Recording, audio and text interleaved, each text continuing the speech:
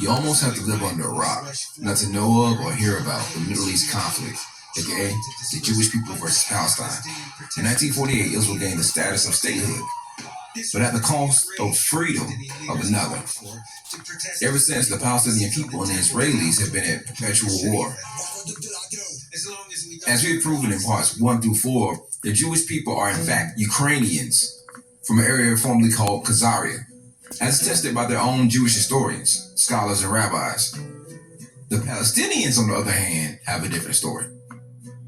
Historians state that when Jerusalem was destroyed in 70 AD, that Rome allowed a small segment of Hebrews to remain, namely servants and farmers, besides the ones captured and the ones who fled into Africa and Arabia. These peoples would eventually incur some mixing with other groups who conquered Palestine, in particular the Ottoman Turks. To this day, the groups of people who occupy Palestine is a combination of the descendants of Ottomans and the original Hebrews, who are labeled as Afro-Palestinians.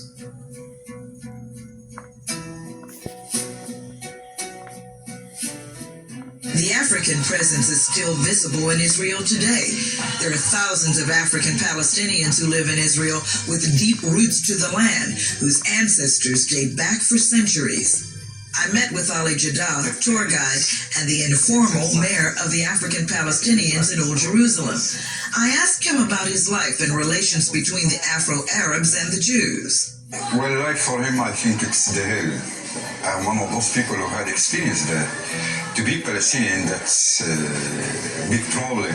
But to be a black Palestinian, I'm quite convinced it will be the hell, because as a black Palestinian, I am double oppressed by the Israelis. In what way? In what way? I will explain. First of all, they oppress me as a Palestinian.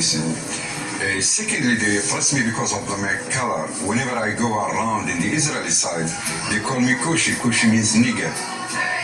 Kushi means nigger. So, in Israel, the land of God, people who were the brothers of the Arabs, two brothers, you are called nigger as I am called nigger in America? Let's say on the surface, this is what they say, that this is the land of God and we are cousins and there should be total equality. But once you come to the practice, when you come on ground, you will find that there is a lot of discrimination and there is a real divorce between what they say and what they exercise. Blacks and whites who watch the show saying, so why stay? Why stay when you are called nigger every day? Why stay when you are denied your rights? On the contrary, the more they humiliate me, the more they oppress me, the more I stick to my land. Because this is my land. I'm so rooted. We are deeply rooted as Africans, as Palestinian Africans in this land. And we know pretty well that our ancestors, I'm talking about thousands and thousands of years, had been here in this country, but they were spread away, taken to Africa, from Africa to the United States.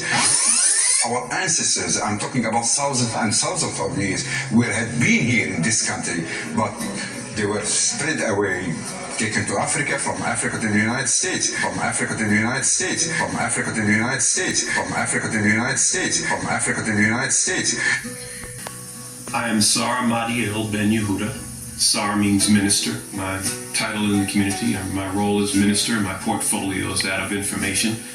I'm charged to collect, to analyze, and then to disseminate information about the Hebrew Israelites here in Israel, about our particular history as a community and our history as a people connecting back to this land. We consider Israel to be Northeast Africa. We are living here in the southern portion of Israel in what is known as the southern Judean mountains. And of course, we have to make this clear that Israel predates any Palestinian connections here to this land. When you look at the name of Palestine, it was the name that the Romans gave to the land formerly known as Judea. Now, I didn't say Jewish or